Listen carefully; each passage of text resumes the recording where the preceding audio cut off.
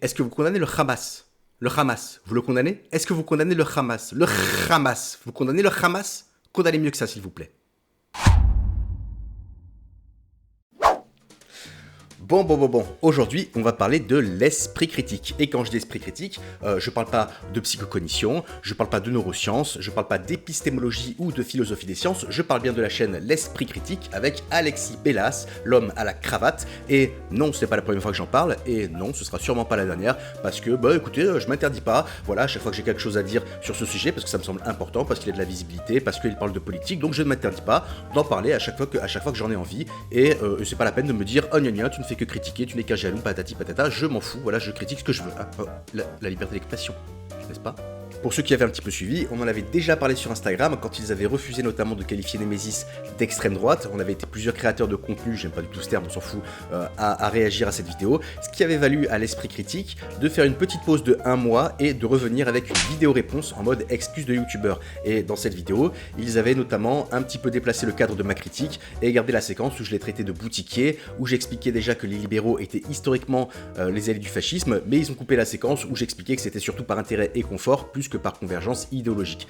Bref, cela dit, la dernière vidéo là sur la mort de Quentin, c'est gentiment en train de confirmer ce que j'explique, c'est-à-dire que, de par leur position sociale, de par leurs intérêts économiques, l'espace qu'ils occupent dans le rapport de force est du côté dominant, donc à droite, et ils contribuent activement à fragiliser la gauche, toujours avec cette volonté de produire une espèce de consensus mou et ce travail de neutralisation plutôt que d'analyse. Donc on va voir ça ensemble à partir de la dernière vidéo, parce que j'ai pas pu tout dire dans le réel de 3 minutes que j'avais fait, et pourtant j'avais pas mal de trucs à dire. Donc, un militant nationaliste a été... Donc ça, je l'avais déjà dit, un militant nationaliste, ça veut rien dire, c'est pas parce que c'est une formulation qui est reprise médiatiquement que c'est neutre ou objectif, hein, c'est un euphémisme, ça joue un rôle discursif, parce que parler de néo-nazi, ce que Quentin de Ranc était, hein, voilà, on le rappelle, ça déplace le cadre en changeant la perception que tu as de l'événement. Bref, c'est du linguistic engineering, et je ne veux aucune critique sur mon anglais qui est bien évidemment impeccable.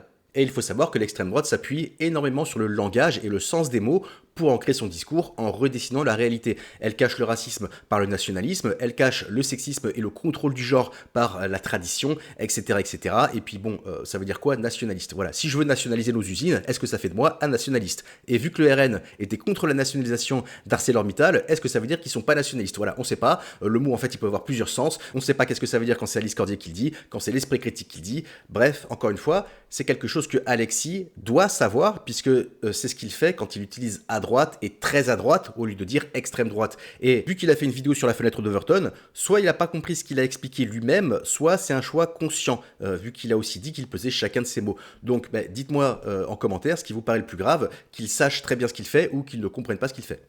tué par des militants antifascistes. Aux gens à gauche et très à gauche parmi nous, on dit « Il faut résister à la tentation de justifier ou de minimiser la saleté de ce qui s'est passé. » Donc, ça déjà, ça sous-entendrait qu'à gauche, on a tendance à minimiser ce qui s'est passé. Alors moi, je ne sais pas d'où ça sort. Voilà, je ne connais pas un seul média, je ne connais pas une seule figure politique, je ne connais même pas d'influenceur de gauche qui minimise ce qui s'est passé. Voilà, tout le monde a dit que c'était un drame, tout le monde a passé son temps à expliquer que justement, le projet politique de gauche n'est pas basé sur la violence, qu'il faut comprendre dans quoi cet événement s'inscrit, comment on en arrive au fait que la violence, ce type de violence réactive plus précisément, est la seule réponse qui reste à ceux qui subissent les violences institutionnelles et les violences d'extrême droite. On a aussi pointé l'asymétrie qui est justement faite entre ces différentes violences, de la différence de traitement qu'il y a entre les informations.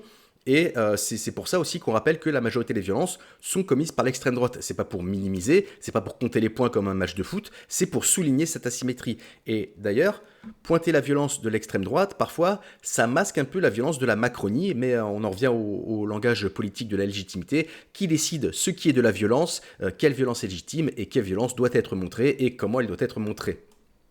Alors après, oui, il y a des gens qui disent on va pas pleurer un nazi, et oui, on peut considérer qu'il y a un drame humain sans subir les injonctions à l'empathie, ce truc où afficher une émotion devient une obligation morale publique, et si tu l'affiches pas, t'es juste un connard. En fait, ça devient un critère de légitimité politique. Et du coup, moi j'invite Alexis à lire L'empathie politique de Sarah Karaki, où elle explique justement que l'empathie, elle n'est pas juste universelle, elle est aussi construite socialement et structurée par des rapports de pouvoir. Elle est toujours sélective parce qu'elle est construite politiquement et médiatiquement. On nous demande de pleurer certains morts et pas d'autres parce que l'émotion, Ça sert à hiérarchiser des vies. Le traitement de chaque mort est modulé par les récits qu'en font les médias. Il y a des morts, on s'en tape, c'est les statistiques, et il y a des morts, on te donne leur prénom, on t'explique qu'ils avaient une vie de famille, qu'ils étaient gentils, etc.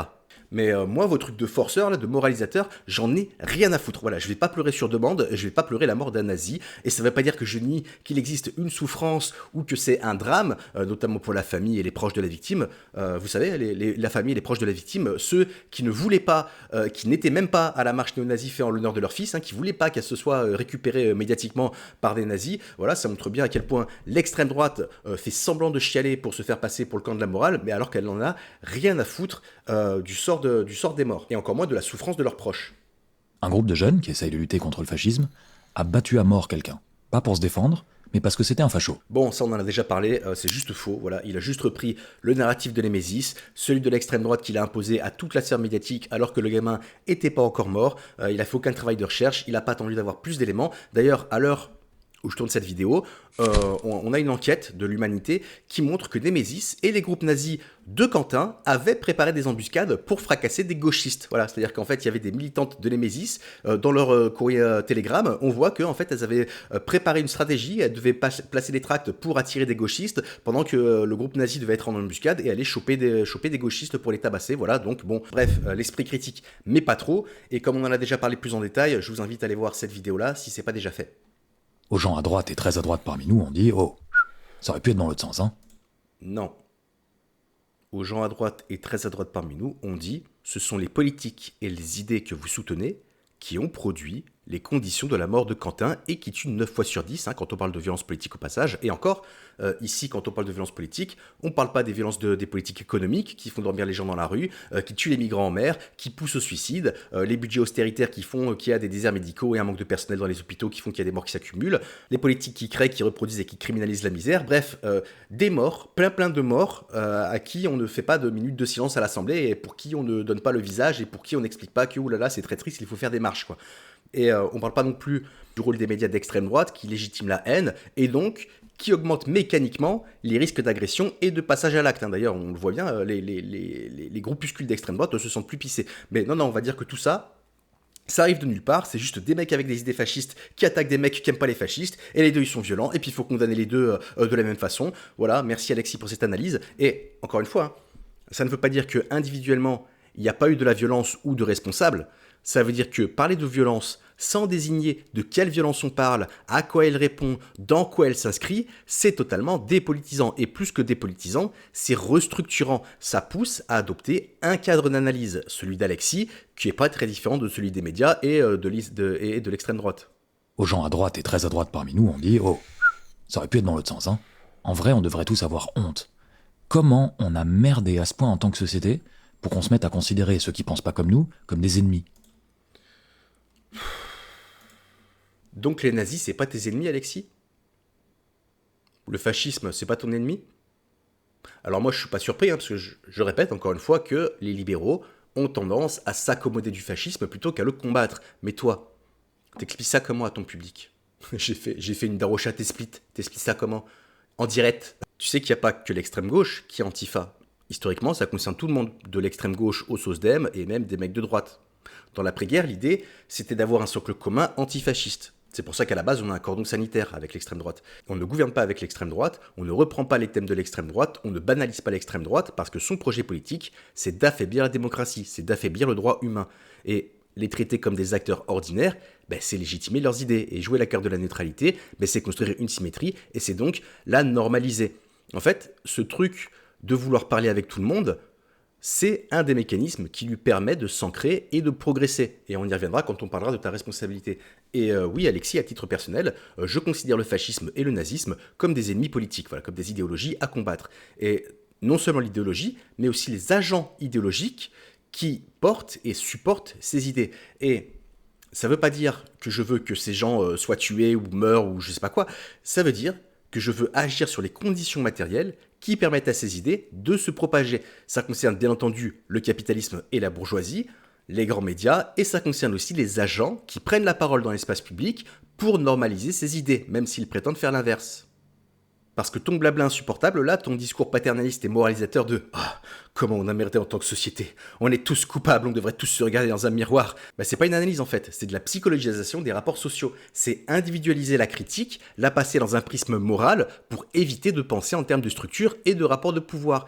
C'est faire de la société un sujet abstrait au lieu de la penser comme une organisation dynamique avec des rapports de pouvoir, avec des individus et des sujets collectifs qui ont des positions et des intérêts divergents, qui s'associent, qui se percutent, qui créent des contradictions au sein de la société. Bref, c'est la base du matérialisme dialectique en fait.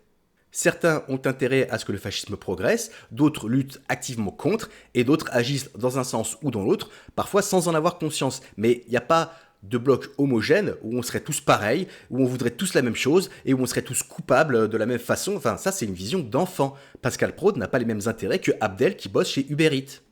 Comment on a merdé à ce point en tant que société pour qu'on se mette à considérer ceux qui pensent pas comme nous comme des ennemis? L'extrême gauche a du sang sur les mains. Le maintien de l'ordre public relève de la compétence exclusive de votre gouvernement et non pas de l'opposition parlementaire. Clairement, la France insoumise brutalise le débat public. Vous ne pouvez pas, en permanence, utiliser des mots d'une violence extrême sans penser que ces mots se traduiront en actes. Que ce soit bien clair, c'est nous qui sommes agressés. J'ai pas compris. J'ai pas compris ce que tu as essayé de faire. Pourquoi Wauquiez Pourquoi Glucksmann? En plus, c'est celui qui a parlé le plus longtemps, c'est bizarre. Alexis aimerait-il bien Jean-Michel Seyat Glucksmann, le Macron de Wish. Donc voilà, on va écouter Wauquiez et Glucksmann nous parler de LFI. Pourquoi pas, hein, pourquoi pas. Après, on va demander à Zemmour et Marine Le Pen leur avis sur la peine de mort, je sais pas. Ou alors, il fait genre montrer plusieurs extraits de différentes personnalités politiques pour faire genre que on prend un petit peu tous les avis, on fait une moyenne et on construit un avis objectif à partir de tout ça, parce que je sais qu'il aime bien le sophisme du juste milieu, ou alors c'est pour dire que chacun se renvoie la balle et s'accuse mutuellement, et c'est pour dire oh là là, il y a du chaos, faut que tout le monde se pose autour d'une bière pour se calmer, c'est pas responsable. De quoi tu parles, Alexis? Ah, et aussi, prendre ce passage de Mélenchon, c'est exactement celui qui a partagé Alice Cordier, la chef de l'Hémésis, sur Twitter, dont tu reprends le narratif depuis le début, et qui a dit que Mélenchon justifiait la mort de Quentin avec ce passage. C'est un peu bizarre, non? Pourquoi t'as pas montré le passage où il condamne la mort de Quentin plutôt, où il dit que c'est un drame? Voilà qu'à la faveur d'un événement qui nous a laissé dans la sidération, je veux le dire, c'est-à-dire la mort de cet homme finalement bien jeune, 23 ans, à l'issue d'une rixe dans la rue. Nous exprimons notre sidération, mais aussi notre empathie et notre compassion pour la famille, pour les proches. Enfin, nous ne sommes pas devenus si fous pour considérer que ceux qui souffrent du moment qu'ils n'ont pas nos idées ne nous intéressent pas. Nous savons ce qu'est la douleur d'un parent qui perd un enfant, et nous y compatissons, quelle que soit l'opinion de ce parent et quelle que soit l'opinion de cet enfant. Car celui qui est perdu, pour ma part, j'aurais bien aimé le convaincre du contraire de ce à quoi il croyait. Et je ne perds jamais l'espérance de convaincre Pierre, Paul ou Jacques que c'est nous qui avons raison. Dès lors, la mort n'a rien à faire dans nos pratiques et dans nos rangs. J'ai dit des dizaines de fois que nous étions hostiles et opposés à la violence. Non, parce que dans cet extrait, il parle du fait qu'on utilise cette histoire pour les diaboliser, comme c'est le cas depuis des années dans les médias, alors qu'on invisibilise les agressions qu'ils subissent et les dingueries des partis adverses. Parce que Némésis, c'est au moins le 15e meeting qu'elle vient perturber, en fait. Enfin, je sais pas, ça me semble clair, le double standard qu'il y a. On fait une minute de silence pour un nazi dont le groupe pétainiste parle de judéo-servile, mais c'est LFI qui sont antisémites. Voilà. Marianne dit que LFI est racialiste, alors qu'on a des dizaines de députés Rassemblement National qui sont condamnés pour des propos antisémites, racistes, négationnistes. Que le directeur de cabinet de Bardella soit membre d'Égalité et Réconciliation, ça c'est pas antisémite. Que Marine Le Pen, Bardella ou Sébastien Chenu soient amis avec Alain Soral, c'est pas antisémite. Amis avec Frédéric Chatillon, président du GUD, le groupe néo-nazi ultra-violent, dont plusieurs membres ont formé le groupe Action Française, dont faisait partie Quentin Desranques après sa dissolution. Voilà, mais ça aussi, c'est sûrement la faute de Rima Hassan. Hein, voilà. Si les mecs ont attaqué les antifas à 3 pâtés de maison d'une conférence que les Messis étaient venus perturber, c'est sûrement la faute de LFI aussi. Et d'ailleurs, en parlant d'Alice Cordier, pourquoi elle passe sur les médias Bolloré? Voilà. Bolloré qui est d'extrême droite et qui a fait monter Zemmour, qui parle de guerre de civilisation entre l'islam et l'Occident, qui s'offusque contre la taxe Zuckman pour dire que, oh là là, mon Dieu, la taxe Zuckman, c'est le communisme, c'est la destruction de la France, taxe Zuckman qui est soutenue par LFI, tout ça, quoi, je sais pas. il y a peut-être un agenda politique derrière. Après, peut-être que je suis complotiste. Voilà. Peut-être qu'on ferait mieux d'écouter l'avis de Glucksmann là-dessus, sûrement. Être homme, c'est précisément être responsable, disait Saint-Exupéry. Et Saint-Exupéry a toujours raison. Saint-Exupéry? Attends, il est mort de quoi, Saint-Exupéry, déjà? Attends, ça va me revenir. Il me semble qu'il était pilote dans l'armée de l'air en 1940. Il s'était engagé dans l'aviation française et il me semble qu'il est mort pendant un vol de reconnaissance et qu'il a été abattu par l'aviation allemande nazie. Donc oui, citer Saint-Exupéry pour expliquer que les antifascistes sont violents et que le nazisme c'est juste une idée et qu'il faut pas détester les gens qui pensent pas comme nous, ça me semble tout à fait approprié, oui. D'ailleurs dans Le Petit Prince, quand il parle de baobab, qu'il explique que ça commence par des petites pousses presque invisibles et que si on les arrache pas quand elles sont jeunes, leurs racines finissent par fissurer et détruire la planète, il y en a pas mal qui pensent que c'est une analogie au fascisme. Voilà, je laisse ça là, vous en faites ce que vous voulez. C'est de dire, cette merde-là, elle dépend aussi de moi. Moi, à mon niveau, j'ajoute de la paix et de l'intelligence dans mon rapport aux autres, ou j'ajoute de l'incompréhension et du conflit? C'est à moi que tu parles? C'est à moi que tu poses la question? Alors, déjà, rien que ta formulation qui pose le conflit comme un problème par essence, pour moi, c'est très révélateur. Et du coup, je vais dire ce que j'en pense, puisque tu le demandes, et oui, je sais que c'est censé être introspectif, mais moi, je pense que tu ajoutes de l'incompréhension dans le climat ambiant. Voilà, je pense que tu ne produis aucune analyse, que tout ton discours basé sur la modération, la déconflictualisation et le moralisme, ça sert à neutraliser la critique politique et donc à renforcer le camp dominant. C'est Alice Coffin qui disait, je crois, la neutralité, c'est la subjectivité des dominants. Voilà, donc je pense que tu n'interroges jamais d'où tu parles, à partir de quoi, que tu n'interroges aucune construction, aucun référentiel, c'est-à-dire ni tes propres constructions, ni à partir de quoi elles sont établies. Le fait que tu sois un homme, le fait que tu sois blanc, le fait que tu sois hétéro, ta position sociale, la médiation qu'il y a entre toi et le reste du monde, c'est-à-dire où tu vis, ton environnement géographique, etc., ta structure familiale, le fait que tout ça ait un impact sur ce que tu perçois comme étant normal, sur ce que tu perçois comme étant moral, juste, violent, extrême, je sais pas quoi, que tu penses la rationalité comme quelque chose d'universel, ce qu'on appelle le rationalisme universel, ou le rationalisme universaliste, non, universel, c'est ça, qui est hérité des Lumières, alors que, en fait, la rationalité, le savoir, sont structurés dans des champs. Voilà, je fais mon bourdieusien, mais la rationalité n'est pas la même pour tout le monde. Elle est située, elle est construite par des habitus, par un rapport au réel, par une expérience subjective. Par exemple, le fait que pour toi le mot conflit soit associé à quelque chose de négatif, ça en dit plus sur toi que sur le terme lui-même. Parce que conflit, ça peut aussi vouloir dire construire, ça peut vouloir aussi dire unir, ça peut être émancipateur, ça peut être nécessaire. C'est un peu comme la critique. Une critique, c'est pas forcément quelque chose de négatif, ça dépend de plein de trucs. Le conflit, c'est pareil. La conflictualité, parfois, elle est préférable à l'intransitif. Et l'intransitif, c'est ce que tu fais dans tes vidéos. Parler pour parler sans jamais rien décider, sans jamais rien trancher, en dressant des parallèles, des symétries, décontextualiser des rapports de pouvoir, en distribuant des bons et des mauvais points, là, comme un professeur avec ses élèves. Frédéric Lordon, il en parle très bien de ça. L'intransitif, c'est ce qui empêche les transformations. C'est une rhétorique politique qui ne désigne aucune cause structurelle précise, comme le néolibéralisme ou les rapports sociaux. En fait, ça reste toujours dans l'abstraction morale ou individuelle. Comme expliquer que l'autre plus gros problème, c'est pas le réchauffement climatique, c'est pas le capitalisme, c'est la bêtise.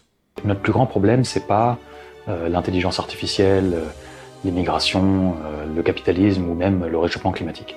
Notre plus grand problème, c'est notre incapacité à trouver collectivement des solutions à tout ça. Notre problème, c'est la bêtise. On passe de quelque chose de concret, l'analyse d'un système, à quelque chose d'abstrait, la bêtise. Et comment on combat la bêtise? En vendant des formations en esprit critique. L'intransitif est dépolitisant. Quand tu dis à quelqu'un « il faut débattre avec tout le monde », c'est intransitif. Ça évite le conflit de classe. On va rassembler tout le monde. Alors déjà, il faut voir c'est qui tout le monde. On va prendre des masculinistes, on va prendre des féministes, on va prendre des racistes, on va prendre des arabes, on va prendre des ouvriers et les bourgeois qui les exploitent. On sait pas, voilà, on va prendre tout le monde, et puis on va être modéré, et puis on va partager les torts, on va dire, les arabes, faites moins des trucs d'arabes, les racistes, soyez moins racistes, les ouvriers, on travaille un petit peu s'il vous plaît, on se plaint un petit peu moins, les bourgeois, payez vos impôts, et puis on va faire une petite morale de fin, comme ça, pour tout le monde, comme dans les dessins animés, et puis on va avancer tous ensemble. Pour aller où? Je sais pas, mais vas-y, faisons ça. Tu vois bien que c'est une vision qui t'est permise uniquement par ta position sociale, uniquement parce que tu fais partie des dominants. C'est comme le ton poli, calme, c'est un privilège d'avoir ces codes bourgeois, c'est un privilège d'être entendu, et ce que tu prends comme quelque chose qui va de soi, la tempérance, la politesse, etc. En fait, ça sert aussi à invisibiliser la parole de ceux qui n'ont pas les codes ou le capital symbolique, ou qui n'ont juste pas les privilèges en fait d'être calmes et posés, parce que eux, ils vivent la violence du système que tu défends. C'est ce que fait un professeur avec un élève qui parle trop fort, c'est l'argument d'un misogyne qui dit à une femme qu'elle manque de sang-froid ou qu'elle se plaint un peu trop, bref, c'est une arme rhétorique de dominant. Discréditer ce qui trouble l'ordre au lieu d'entendre pourquoi l'ordre est troublé. La violence, qu'elle soit symbolique ou matérielle, elle est structurelle. C'est pas une erreur, c'est pas un excès, elle est produite par l'organisation de la société dans laquelle on vit. Et c'est pour ça que le fascisme monte, parce que c'est la façon dont ce système, dont nos démocraties libérales, dont le capitalisme se défend quand il y a des contestations sociales, quand les dominés menacent les intérêts des dominants. Et c'est pour ça que l'extrême droite monte actuellement dans toute l'Europe et aux États-Unis.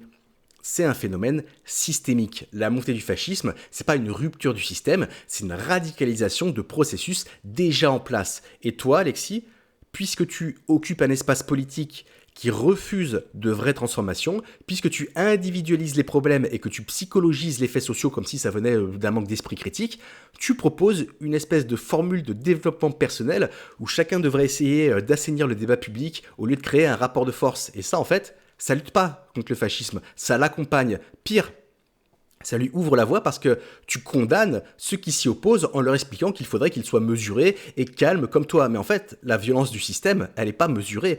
Les droits sociaux, on doit les arracher de force. Le fascisme, on doit le combattre. On ne doit pas lui dire « vas-y, mets-toi bien, prends un café, on va discuter en fait ». C'est de dire, cette merde-là, elle dépend aussi de moi. Moi, à mon niveau, j'ajoute de la paix et de l'intelligence dans mon rapport aux autres, ou j'ajoute de l'incompréhension et du conflit. Chacun doit prendre sa part de responsabilité. Alors, pour les antifas, est-ce que ce serait pas de dire, peu importe qui a commencé cette bagarre, il y a des camarades qui ont tué. Et ça, c'est non. Pour LFI... Mais pour qui tu te prends, Alexis ? Pour qui tu te prends ? C'est quoi ce ton ? Est-ce que tu as déjà été dans une bagarre ? Est-ce que tu as déjà eu des mecs qui viennent pour te tuer et qui frappent tes potes ? En fait, dans ces moments-là, il y a que de l'adrénaline, il y a un effet tunnel, tu réfléchis plus, il y a que la violence. Et ça veut pas dire que c'est bien, ça veut pas dire que c'est normal, ça veut pas dire qu'il faut frapper des gens au sol, ça veut dire que c'est ce qui se putain de passe dans ce genre d'affrontement en fait, et que prendre ce vieux ton de daron depuis ton petit confort de mec bien à l'abri, mais en fait c'est tellement paternaliste, c'est tellement hors sol. Et c'est ce que j'explique en fait, la fausse symétrie, la condamnation morale comme prisme analytique, l'indissociation des formes de violence entre violence institutionnelle, réactive et répressive, tout ça, ça sort pas de nulle part. C'est une rhétorique qui était littéralement utilisée pour condamner la violence décolonisée à l'égard des colonisateurs. La violence anticoloniale, elle était assimilée à la barbarie, elle était criminalisée, sans aucune reconnaissance du cadre d'oppression.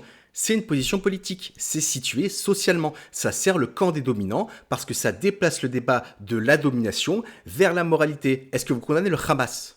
Le Hamas, vous le condamnez ? Est-ce que vous condamnez le Hamas ? Le Hamas, vous condamnez le Hamas ? Condamnez mieux que ça s'il vous plaît. Chacun doit prendre sa part de responsabilité. Alors, pour les antifas, est-ce que ce serait pas de dire, peu importe qui a commencé cette bagarre, il y a des camarades qui ont tué. Et ça, c'est non. Pour LFI, prendre sa part de responsabilité, est-ce que ce serait pas de dire, on ne cautionne pas la violence, et donc, quand le député Raphaël Arnaud a été condamné définitivement pour violence en réunion, on n'aurait pas dû le garder dans notre groupe parlementaire. Quand le député Adrien Quatennens a levé la main sur son épouse, on n'aurait pas dû le garder dans notre groupe parlementaire. Pour le gouvernement, est-ce que prendre sa part de responsabilité, ce serait pas de commencer par s'occuper de la violence sur laquelle lui a la main, celle de l'État, en virant de la police ceux qui font n'importe quoi. Pour la droite, qui dit que l'extrême gauche a tué, et ils ont raison, prendre sa part de responsabilité, est-ce que ce serait pas d'ajouter que dans la grande majorité des cas, dit la recherche, c'est l'extrême droite qui tue.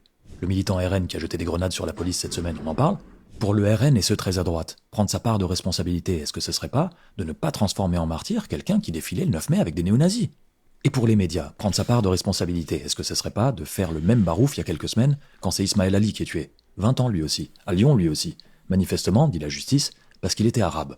Oui, bon, faire 1 minute 30 de vidéo pour désinformer, utiliser le narratif de l'extrême droite, leurs éléments de langage, taper sur la fille, jouer les pères de la morale, et tout whipping en 6 secondes pour dire « Ah, mais on peut aussi parler de ça, et de ça, et de ça, et de ça, et de ça, et de ça aussi, qui va pas ?» Pour faire genre on tape sur tout le monde, on distribue les bons points, et tout le monde est responsable, c'est bon, vas-y, ça m'a gonflé. En plus, Quatennens, le rapport avec De Rank, le rapport avec la responsabilité, Quatennens, Tout le monde l'a endulé le vieux. À l'époque, tout le monde a dit, bon frérot, on sait que c'est ton pote, par contre t'es cringe à soutenir, lâche l'affaire. Et depuis 2022, Quatennens, il a quitté la direction du mouvement, il n'y a plus aucune responsabilité à la FI.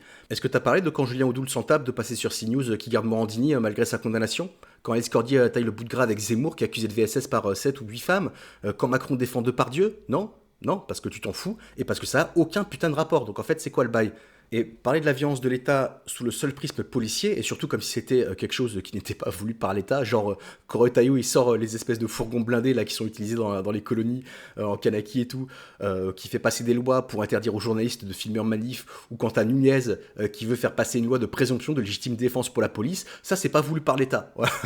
Non. Ce genre de critique de la police, vraiment, on déplace la critique systémique sur les individus, pour faire croire que si la police elle est violente, c'est pas institutionnel, c'est pas par effet de structure, c'est pas systémique, c'est juste des individus violents. Voilà, faut leur tirer les oreilles. Il n'y a pas tout un système qui les couvre et qui les protège. Il n'y a pas tout un dispositif qui favorise la violence, qui favorise le racisme, les contrôles aux faciès, l'autoritarisme. C'est pas du tout lié à leur fonction même, hein, le maintien des hiérarchies et la protection de la propriété privée. Non, c'est juste qu'il y a des mecs, ils sont pas sympas dans la police. Et du coup, en fait, tu les enlèves, tu mets que des mecs gentils, et il y aura plus de discrimination, il y aura plus de violence, il y aura plus personne pour tirer au LBD pleine tête, lancer des tirs tendus sur les manifestants écolos en disant faut qu'on les tue, faut qu'on les bute ces fils de pute. Vraiment, hein, l'idéalisme des libéraux. La violence de l'État, elle est partout. Elle est dans la criminalisation des manifestations pour la Palestine et le fait qu'on traite tout le monde d'antisémite alors qu'on laisse défiler des néo-nazis, qu'on livre des armes à Israël ou à l'Arabie Saoudite pour commettre des massacres. Elle est dans les politiques néolibérales, dans la destruction des services publics, du pouvoir d'achat.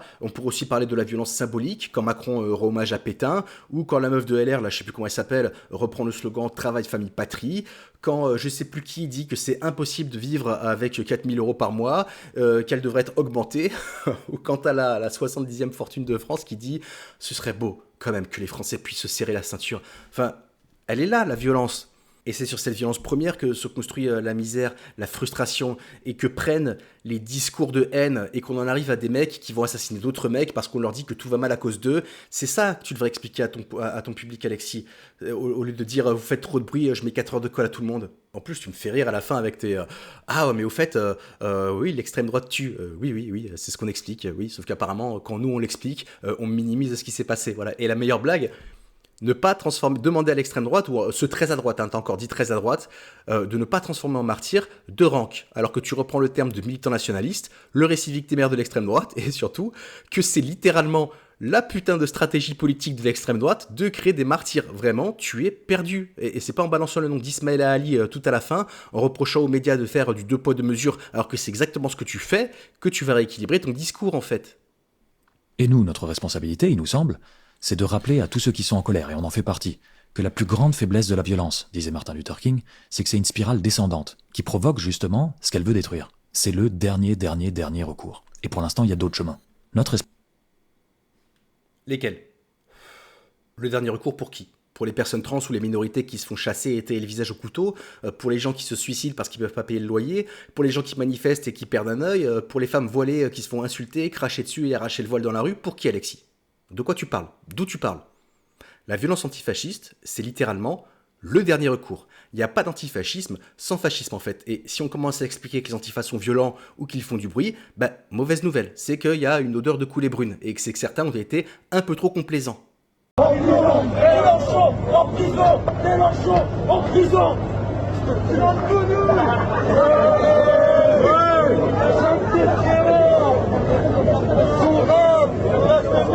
Les gars, il y a les caméras! D'ailleurs, une des formules qu'on a, c'est on combat le fascisme avec des idées où on peut, avec la justice quand on peut, avec les poings quand on n'a pas le choix. Oh, et en parlant de citation, la référence pour la référence, on dirait un premier de la classe qui veut gratter des poids à une dissertation. Entre Saint-Exupéry et maintenant Martin Luther King, vraiment, parler de Martin Luther King sans parler de Malcolm X et des Black Panthers pour soutenir ta position non violente, t'as pas l'impression que c'est une gigantesque hypocrisie? T'es conscient que la position de King, elle a été rendue possible que par la pression radicale et les courants d'autodéfense et insurrectionnistes qui l'accompagnaient. Vraiment, embauchez des gens compétents pour faire vos vidéos ou faites autre chose, je sais pas. Hein. Et nous, notre responsabilité, il nous semble, c'est de rappeler à tous ceux qui sont en colère, et on en fait partie, que la plus grande faiblesse de la violence, disait Martin Luther King, c'est que c'est une spirale descendante, qui provoque justement ce qu'elle veut détruire. C'est le dernier recours. Et pour l'instant, il y a d'autres chemins. Notre responsabilité, c'est de rappeler à qui voudra nous écouter que détester ceux d'en face ne fait pas avancer le schmilblick, qu'il faut essayer de parler avec ses adversaires. Chacun les siens, encore et encore, même s'ils sont bêtes, même s'ils sont méchants. Voilà, faut parler encore et encore avec ceux qui estiment que tu dois être exterminé, parce que le racisme, l'ultranationalisme, la haine de la différence, c'est une question de bêtises. Voilà, on va parler avec Daesh, on va parler avec des nazis, on va se mettre tous autour d'une table avec des napperons, un petit thé, des biscuits, et c'est ce gars-là qui vient jouer les profs en infantilisant tout le monde et en nous parlant de responsabilité. Non mais on est où là en fait?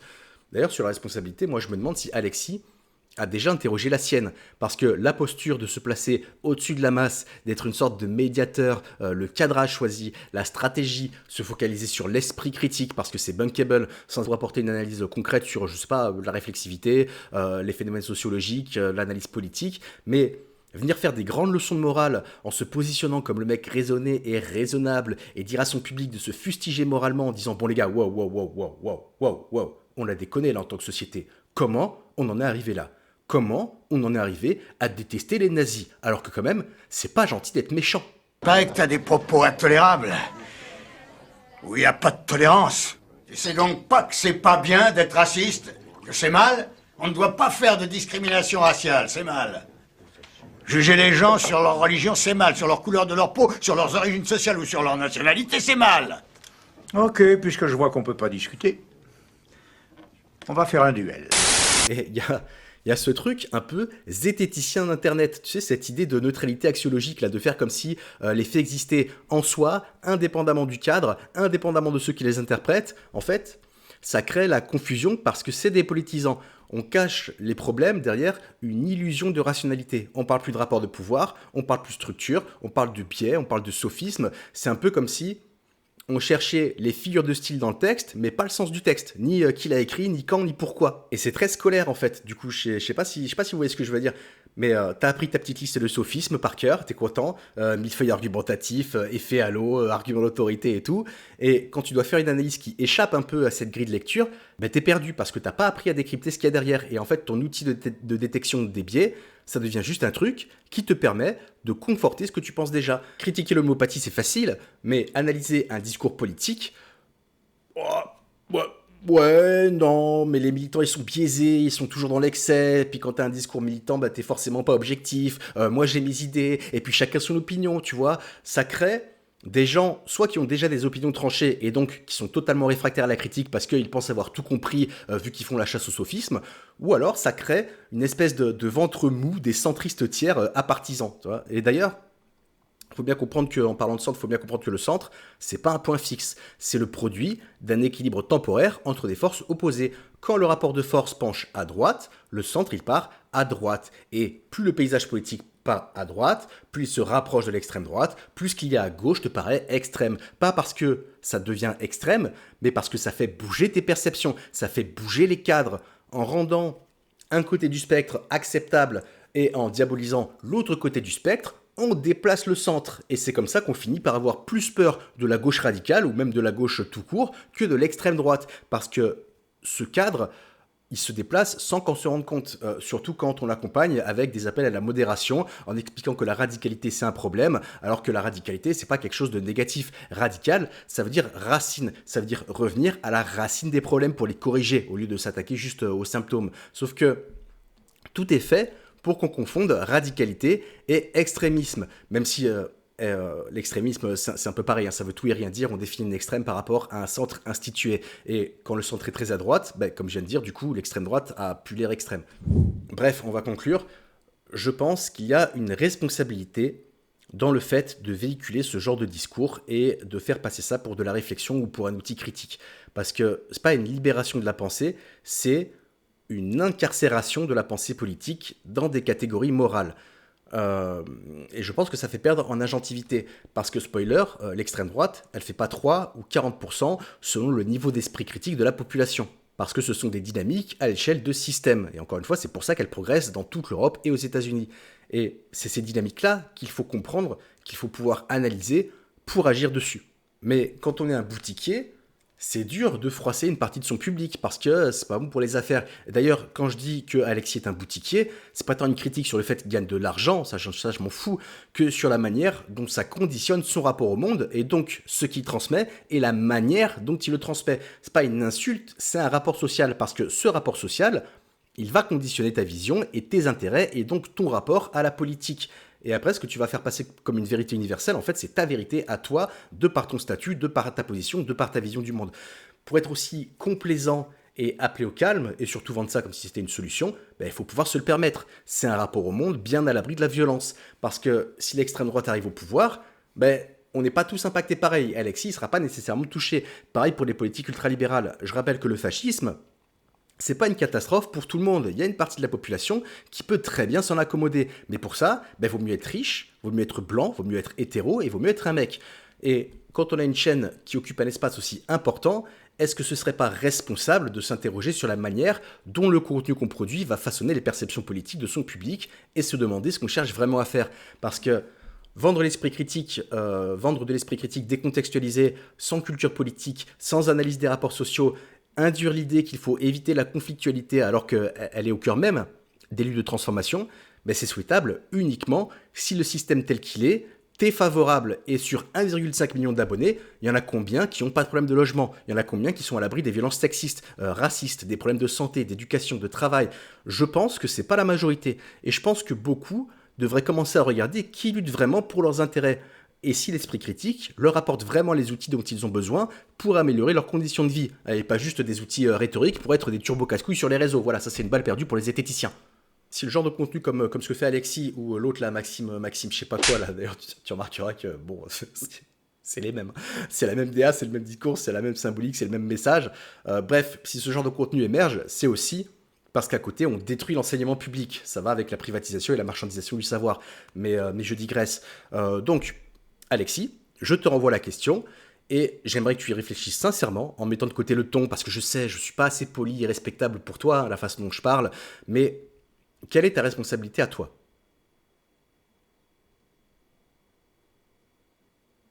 Je ne fais que poser la question.